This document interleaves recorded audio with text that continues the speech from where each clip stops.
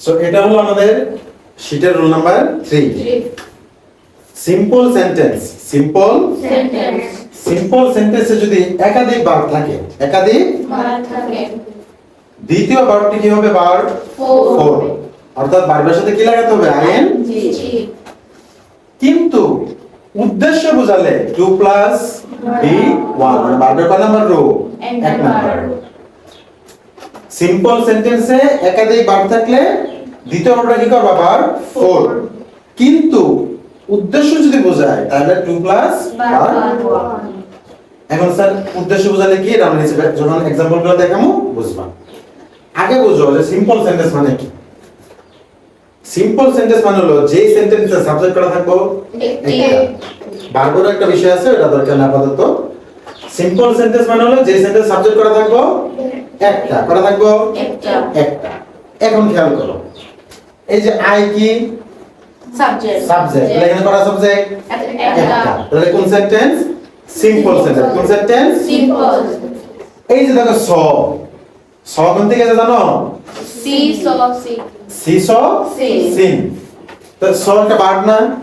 তো একটা ভার্ব আসেনি, আবার যখন আরেকটা ভার্ব আইবো তখন কি হবে? হয় ভার্ব 4 হবে অথবা কি 2 প্লাস ভার্ব 1। 2 plus verb 1। তাহলে এই যে একটা সাবজেক্ট আছে, একটা সাবজেক্ট থাকলে কোন সেন্টেন্স? Simple sentence. এখানে একটা ভার্ব আসেনি, আগে থেকে একটা ভার্ব আছে না? যখন আরেকটা ভার্ব আইতে চাইবো এটা কি হবে? ভার্ব 4। কি হবে? ভার্ব 4। তাহলে কি হলো आंसरটা? যে আই স দা গার্ল, আমি মেয়েটিকে দেখেছিলাম ডান্সিং, মানে আমি মেয়েটিকে দেখছিলাম নাচতে ছিল। ঠিক আছে, আসো এটাতে। হি কটা সাবজেক্ট? একটা। কটা সাবজেক্ট? একটা। এই যে দেখো কামস, এটা কি? ভার্ব 1। কাম কেম কাম কেম এই যে ভার্ব 1। তাহলে একটা ভার্ব আইছিনি, যখন আরেকটা ভার্ব আইতে চাইবো হয় ভার্ব 4 অথবা কি 2 প্লাস ভার্ব 1। এখন দেখো সাইন সেখানে কোন উদ্দেশ্যে আইছে?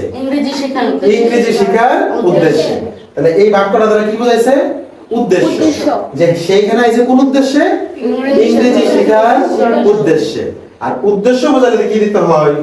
2 plus verb 1। 2 plus verb 1। He comes here to learn English. সেখানে এসেছে কি শেখার জন্য? ইংরেজি শেখার জন্য। উদ্দেশ্যটা বুঝছো?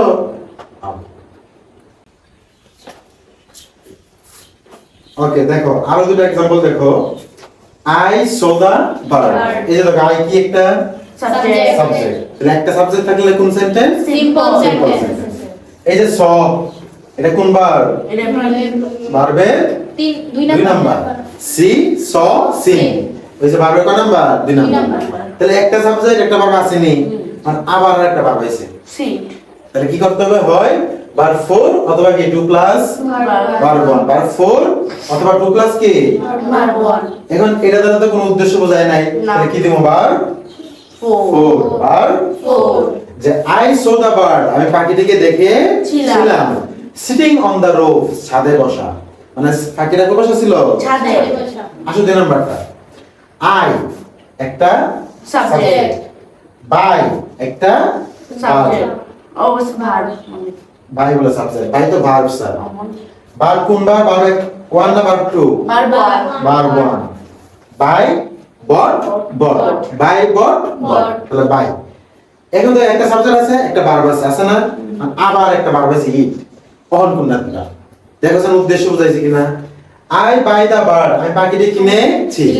কোন উদ্দেশ্যে?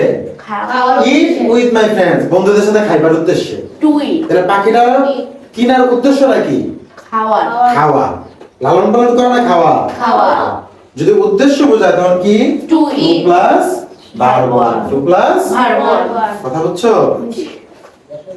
প্রথম যে লাইনটা ছিল এর উদ্দেশ্য বোঝায় না, কিন্তু দ্বিতীয় লাইনটা তুমি পাখি কেনার উদ্দেশ্য কি? পাখিটারে খাওয়া উইথ মাই ফ্রেন্ডস, বন্ধুদের কিনে পার্টি দেব। তাহলে উদ্দেশ্য হলে কি হবে? 2 plus verb 1। 2 plus verb 1। Clear?